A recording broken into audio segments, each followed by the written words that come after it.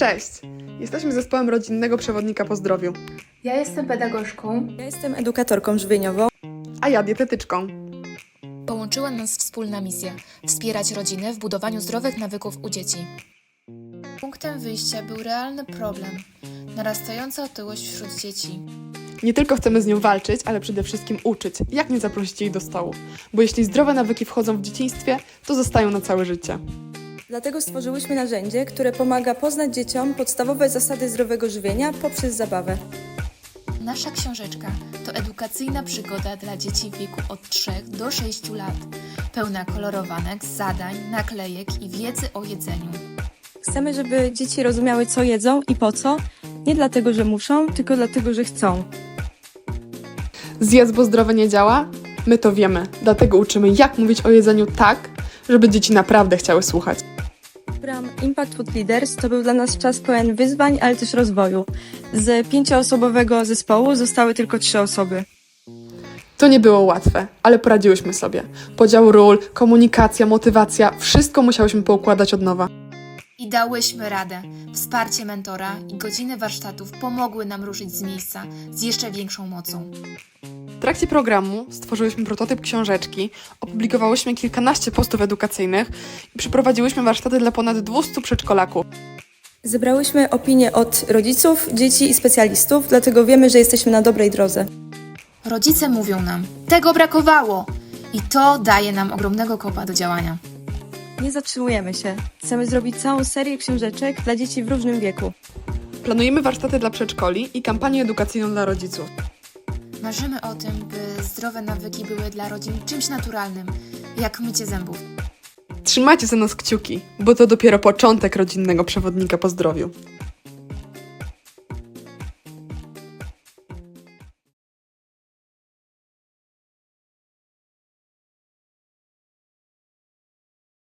Sok sztukę, lecimy z tym. Cześć, tutaj zespół Foodfeed i kawałek historii o naszym projekcie. Pomysł na projekt zrodził się w momencie, w którym stwierdziliśmy, że w sumie każdy z nas chce się zdrowo odżywiać, natomiast to, co nam uniemożliwia to jest często brak czasu, brak pomysłów lub też źle zrobione zakupy żywieniowe. Doszliśmy do wniosku, że może poza naszym zespołem więcej osób również ma ten sam problem. Na początku przeprowadziliśmy ankiety z osobami w sklepie na temat tego, jak oni jedzą, jak robią zakupy i czy chcieliby użyć takiej aplikacji. Wtedy ankietę zrobić zakupy, bo można potem przekontrolować. Następnie zbudowaliśmy system agregacji składników między przepisami, które osoba chciałaby ugotować. Naszym celem było, żeby marnować jak najmniej jedzenia, dlatego zaprogramowaliśmy taki system, który potrafi na przykład zmienić typ makaronu albo zmienić rodzaj warzywa po to, żeby zmarnować mniej jedzenia.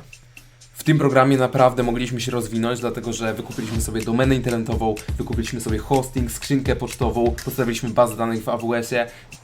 Poza tym mieliśmy spotkania z mentorem, z prawnikami oraz mieliśmy również konsultację księgową. Po naszych wstępnych wywiadach w Lidlu dowiedzieliśmy się, że dużo osób zapisuje sobie przepis na Instagramie i nigdy go nie robi, dlatego że albo nie ma prostego sposobu na zapisanie listy składników, albo po prostu przepis jest zbyt skomplikowany. Dlatego zbudowaliśmy w wersji beta system, który jest w stanie zimportować dowolny przepis w dowolnym języku i w inteligentny sposób zagregować składniki między przepisami. A następnie taki przepis mógłby zostać zapisany w naszej aplikacji z polskimi instrukcjami i z polskimi składnikami, tak żeby można było również dodać go do swojej diety. I na samym końcu ostatnie 40 zł, których zostało nam do wydania w projekcie, przeznaczyliśmy na to, żeby pojechać do sklepu i zakupić wybranej osobie składniki na zdrowy przepis. To jest w skrócie nasza historia. Zapraszamy na prezentację.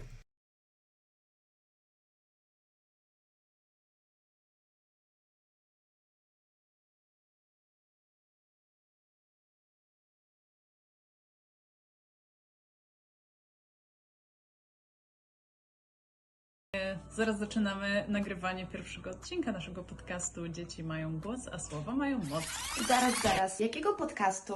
Jak to jakiego? Ty nic nie wiesz?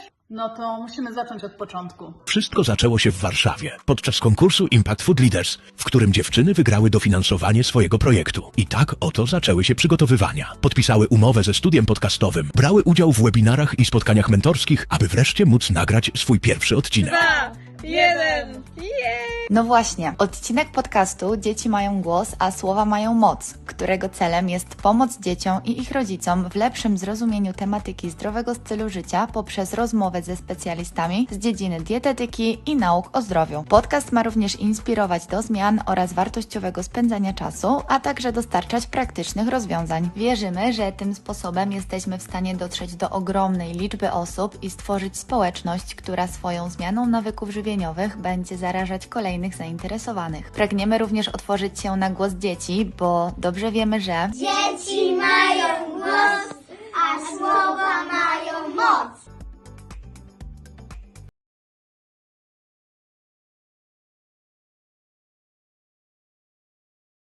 To Marta, czy Julia, a to Natalia. Każda z nich zupełnie inna, ale miały jedno marzenie, aby edukacja żywieniowa w szkołach była ciekawa, innowacyjna i dostarczała praktycznych rozwiązań. Tak w styczniu narodził się Plate Impact i prawdziwa jazda bez trzymanki. Stworzenie konceptu 10 kart, niezliczone konsultacje ze specjalistami, nagrywanie materiałów na social media, wydruk materiałów, przeprowadzenie 10 warsztatów, zaplanowanie 2 webinarów. Wszystko po to, aby na końcu stworzyć produkt, który będzie dopasowany do potrzeb uczniów i nauczycieli. Interaktywne karty. Ale to dopiero początek.